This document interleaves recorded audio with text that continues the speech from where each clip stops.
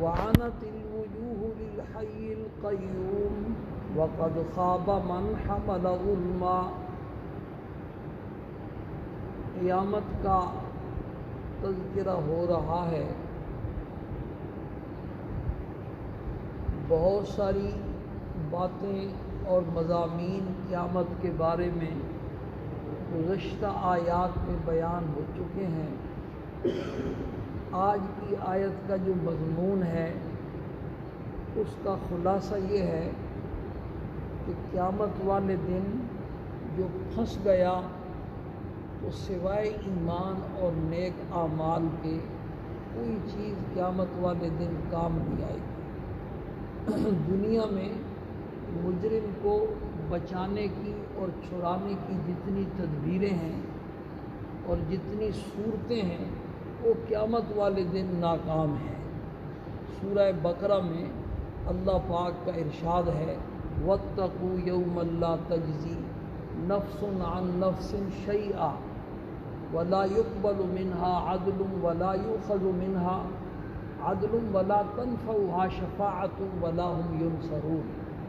اس دن سے ڈرو جس دن کوئی انسان کسی دوسرے انسان کے بالکل کام نہیں آئے گا۔ پہلی صورت مفسرین نے یہ لکھی ہے کہ قیامت والے دن ایسا ممکن نہیں ہے کہ کوئی آدمی یہ کہے میرا ایمان اور میرے نیک اعمال لے کر کے اس آدمی کو چھوڑ دو،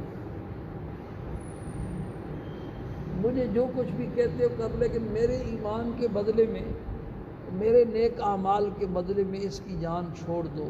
بچہ کہے میرے والد صاحب کو چھوڑ دو، والدین کہیں میرے بچے کو چھوڑ دو، بھائی اپنے بھائی کو چھڑانے کی کوشش کرے، تو کسی کا ایمان اور کسی کے نیک اعمال دوسرے کے کام نہیں آئیں گے، اپنا ایمان اور اپنے نیک اعمال ہی کام آئیں گے۔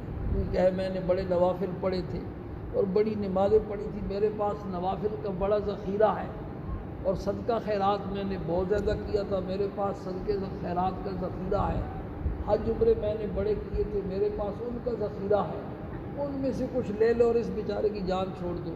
فرمایا لا تجزی نفس عن نفس شیئا۔ دوسری صورت دنیا میں یہ بھی ہوتی ہے کہ مال دے کر کے، جرمانہ دے کر کے آدمی کی جان بچ جاتی ہے، تو فرمایا وَلَا يُؤْخَذُ مِنَّا عَدْلٌ، اور بعض آیات میں وَلَا يُؤْخَذُ مِنَّا فِدْیَہ۔ فدیہ اور تاوان جو ہے قیامت والے دن، کوئی آدمی جو ہے مال دے کر کے اپنی جان چھڑا لے، مال کسی کے پاس وہاں ہوگا ہی نہیں، اور اگر ہو بھی تب بھی قبول نہیں کیا جائے گا۔ سورہ آل عمران کی ایک آیت ہے، تیسرے پارے کی آخری آیت ہے، اس میں اللہ پاک کا ارشاد ہے ان الذین کفروا وماتوا، جو لوگ کفر کی حالت میں دنیا سے گئے، فلن یقبل من احدہم ملء الارض ذہبا، ان میں سے کسی ایک سے سونے کی بھری ہوئی زمین بھی فدیے کے طور پر قبول نہیں کی جائے گی۔ وہاں کسی کے پاس مال ہوگا ہی نہیں، فرض کر لو کسی کے پاس وہاں مال ہو اور مال دینے کے لیے کوئی تیار ہو جائے، تو سونے کی بھری ہوئی زمین اگر کوئی آدمی پیش کرے کہ اس کی جان چھوڑ دو، یہ سونے کی بھری ہوئی زمین، تو فرمایا وَلَوِ افْتَدَىٰ بِهِ فَلَن يُقْبَلَ، ہرگز کسی ایک سے اتنا زیادہ فدیہ بھی قبول نہیں کیا جائے گا۔ مفسرین نے لکھا ہے کہ اللہ پاک ایمان والوں کو ایمان کی قیمت سمجھانا چاہتے ہیں۔ وہاں تو کسی کے پاس سونا کہاں ہوگا، اللہ پاک صرف یہ سمجھانا چاہتے ہیں کہ کافر اتنی بڑی قیمت کس چیز کی دینے کے لیے تیار ہے؟ ایمان۔ تمہیں میں نے جو دولت دی ہے ایمان والی، اس کی قدر کرو، یہ بڑی قیمتی چیز ہے، اور اس کی قیمت کا پتہ قیامت والے دن چلے گا جب کافر اتنی بڑی دولت دینے کے لیے تیار ہو جائے۔ اور تیسری چیز فرمایا وَلَا تَنْفَعُهَا شَفَاعَةٌ، دنیا میں مجرم اور ملزم کو چھڑانے کی ایک صورت کیا ہوتی ہے؟ سفارش بھی ہوتی ہے۔ کوئی بڑا سفارش کر دیتا ہے، اوپر سے کوئی فون شون آ جاتا ہے، جج کو فون آ جاتا ہے، یا کسی اور کو فون آ جاتا ہے، نیب والوں کو فون آ جاتا ہے، تو فون کے اوپر بھی کیا کر دیتے ہیں؟ چھوٹ جاتی ہے۔ تو فرمایا وَلَا تَنْفَعُهَا شَفَاعَةٌ، کافر جو ہے قیامت والے دن کسی بڑے کی شفاعت بھی ان کو کام نہیں آئے گی، اس پر آگے بات تفصیلی آ رہی ہے۔ اور چوتھی صورت وَلَا هُمْ يُنصَرُونَ، دنیا میں کوئی زبردست حملہ کر کے طاقت کا مظاہرہ کر کے بھی مجرم اور ملزم کو کیا کر سکتا ہے؟ چھڑا سکتا ہے۔ قیامت والے دن یہ تدبیر بھی کام نہیں آئے گی، وہاں تو اللہ پاک کی حکومت ہوگی، سارے بادشاہ مل کر کے بھی کسی کو چھڑانا چاہیں تو وہاں کسی کو نہیں چھڑا سکتے۔ ان میں سے ایک جو صورت تھی شفاعت والی، اس کا تذکرہ اللہ پاک نے اس آیت میں کیا ہے، جس کا خلاصہ یہ ہے کہ کفار جو ہیں قیامت والے دن ان کو کسی کی شفاعت بھی کام نہیں آئے گی، نہ انبیاء کی، نہ اولیاء کی، نہ شہداء کی، نہ صلحاء کی، نہ قرآن پاک کے حفاظ کی، نہ علماء کی، اور نہ عام ایمان والوں کی۔ شفاعت کا تعلق صرف اور صرف اللہ پاک نے کس کے لیے رکھا ہے؟ ایمان والوں کے لیے۔ ایمان والوں کو یہ ساری شفاعتیں کام آئیں گی۔ حدیث شریف میں آتا ہے کہ حضرت ابراہیم علیہ السلام کے والد محترم جو ہیں قیامت والے دن ابراہیم علیہ السلام کے پاس آئیں گے اور عرض کریں گے میرے پیارے بیٹے، تو دنیا میں جب مجھ سے جدا ہو رہا تھا تو نے میرے ساتھ وعدہ کیا تھا کہ میں تیری شفاعت کروں گا اور تیری مغفرت کی دعا کروں گا، اب وہ وعدہ پورا کرنے کا دن ہے۔ حضرت ابراہیم علیہ السلام دعا کے لیے ہاتھ اٹھائیں گے اللہ پاک کے سامنے اور عرض کریں گے اللہ آپ نے میرے ساتھ وعدہ کیا تھا کہ میں تجھے قیامت والے دن رسوا نہیں کروں۔ انہوں نے دعا مانگی تھی نا وَلَا تُخْزِنِي يَوْمَ يُبْعَثُونَ، بہت ساری دعائیں مانگی تھی، ان میں ایک دعا یہ بھی مانگی تھی اے اللہ جس دن سارے انسانوں کو قبروں سے اٹھایا جائے گا اس دن مجھے رسوا نہ کرنا۔ تو اے اللہ آپ نے میرے ساتھ وعدہ کیا تھا کہ میں قیامت والے دن تجھے رسوا نہیں کروں گا، اب اس سے بڑھ کے کیا رسوائی ہوگی؟ ساری دنیا کے سامنے ساری کائنات دیکھ رہی ہے، آدم علیہ السلام سے لے کر قیامت تک آنے والے آخری انسان تک سارے جمع ہیں اور سارے دیکھ رہے ہیں، اور میرا والد سب کے سامنے جہنم میں جائے گا۔ اللہ پاک ارشاد فرمائیں گے ابراہیم میں نے جنت کو کافروں کے اوپر حرام کر دیا، ہم ایسا کر سکتے ہیں، تو ادھر منہ کر، اپنا رخ پھیر۔ حضرت ابراہیم علیہ السلام رخ پھیریں گے تو اللہ پاک ان کے والد کو کیچڑ میں لتھڑے ہوئے بجو کی شکل میں مسخ کر دیں گے اور 4 ٹانگوں سے فرشتے پکڑ کر کے جائیں گے۔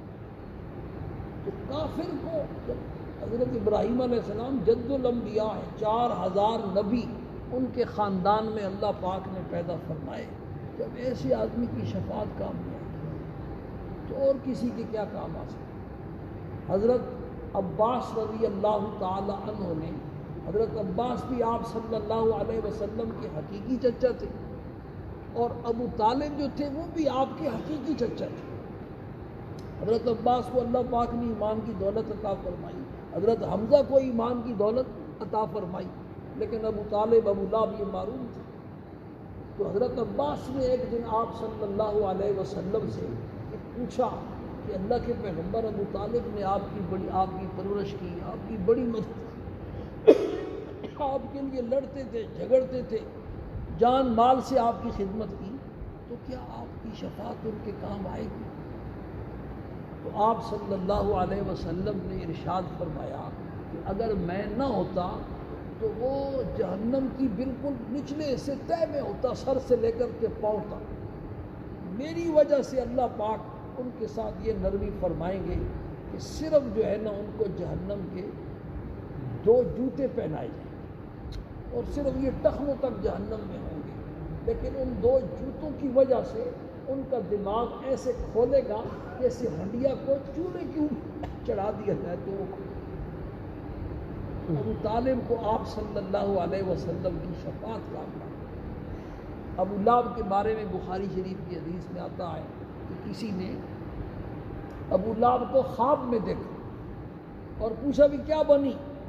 تو کہتا ہے بس تمہارے بعد بری حالت میں، صرف پیر والے دن تھوڑا سا مجھے پانی پلایا جاتا ہے۔ وہ جو آپ صلی اللہ علیہ وسلم کی ولادت کی خبر جب اس کو ملی تو خوشی میں اس نے خبر دینے والی لونڈی کو آزاد کر دیا اس خوشی کی وجہ سے جو لونڈی کو اس نے آزاد کیا تو اس کی برکت سے اللہ پاک اس کو تھوڑا سا پانی پلا دیا، لیکن بالکل یا جہنم سے آزاد ہو گیا ایسا ممکن نہیں۔ تو قیامت والے دن شفاعت کا جو فائدہ ہوگا وہ صرف اور صرف ایمان والوں کو ہوگا۔ نیک اعمال اور ایمان یہ بہت بڑی دولت ہے، اللہ پاک ہمیں اس کی سمجھ نصیب فرمائے اور اس کی قدر کرنے کی توفیق نصیب فرمائے۔ اس میں ہمارے لیے جو سبق کی بات ہے نا وہ یہی ہے کہ بھئی جو کچھ کر کے جانا ہے خود ہی کر کے جانا۔ یہ جو ایمان اپنے ساتھ یہاں سے خود لے کے جاؤ گے تو پھر وہاں ایمان انبیاء بھی سفارش کریں گے، علماء بھی سفارش کریں گے، اولیاء بھی سفارش کریں گے اور شہداء بھی سفارش کریں گے، عام ایمان والے بھی سفارش کریں گے، لیکن وہ سفارش صرف کس کے لیے ہوگی؟ آخر میں جب سارے شفاعت کر چکیں گے۔ کئی دفعہ یہ حدیث آپ کو سنائی ہے کہ عام ایمان والے اللہ پاک سے کہیں گے اے اللہ کچھ لوگ ہمارے ساتھ نماز بھی پڑھتے تھے، روزہ بھی رکھتے تھے، آج وہ نظر نہیں آ رہے، پتہ نہیں کدھر چلے گئے۔ اللہ پاک ارشاد فرمائیں گے جاؤ ان کو نکال کے لے آؤ، جن جن کو تم پہچانتے ہو ان سب کو نکال کر کے لے آؤ۔ تو ایمان والے بھی شفاعت کریں گے، ان کو نکال کر کے لے آئیں گے۔ یہ جو جماعت کے ساتھ نماز پڑھنا ہے، مسجد میں آنا اور جانا ہے، اس کے بہت سارے فائدے ہیں، ان میں سے ایک فائدہ یہ بھی ہے کہ بھئی یہ نمازی کل آپ کے کام آئے۔ جب یہ بھی کر چکیں گے تو آخر میں پھر اللہ پاک ارشاد فرمائیں گے اب تو سارے شفاعت کرنے والے کر چکے، صرف رحمان باقی۔